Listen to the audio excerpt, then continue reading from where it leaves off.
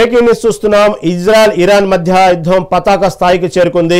Israel పైకి Iran ఏకంగా 100కు పైగా బాలిస్టిక్ క్షిపణులను ప్రయోగించింది.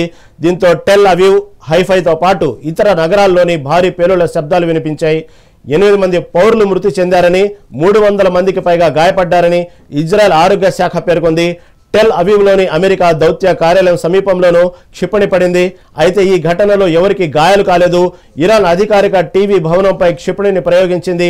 టీవీ స్టూడియోలో మహిళా న్యూస్ రీడర్ వార్తలు చదువుతున్న సమయంలోనే ఈ దాడి జరగడం గమనార్హం.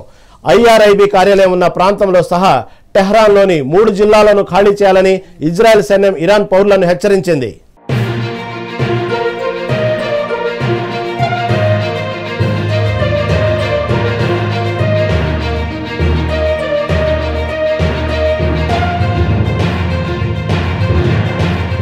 ఇరాన్ మధ్య యుద్ధం పతాక స్థాయికి చేరుకుంది. ఇజ్రాయెల్ పైకి ఇరాన్ ఏకంగా 100కు పైగా బాలిస్టిక్ క్షిపణులను ప్రయోగించింది. దీంతో టెల్ అవీవ్, హైఫాతో పాటు ఇతర నగరాల్లోనూ భారీ పేలుళ్ల శబ్దాలు వినిపించాయి.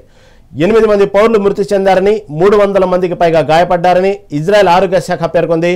టెల్ అవీవ్లోని అమెరికా దౌత్య కార్యాలయం సమీపంలోనూ క్షిపణి పడింది. అయితే ఈ ఘటనలో ఎవరికి గాయాలు కాలేదు.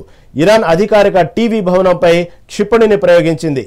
టీవీ స్టూడియోలో మహిళా న్యూస్ రీడర్ వార్తలు చదువుతున్న సమయంలోనే ఈ దాడి జరగడం గమనార్హం. IRIB కార్యాలయం ఉన్న ప్రాంతంలో సహా టెహ్రాన్లోని 3 జిల్లాలను ఖాళీ చేయాలని ఇజ్రాయెల్ సైన్యం ఇరాన్ పౌరులను హెచ్చరించింది.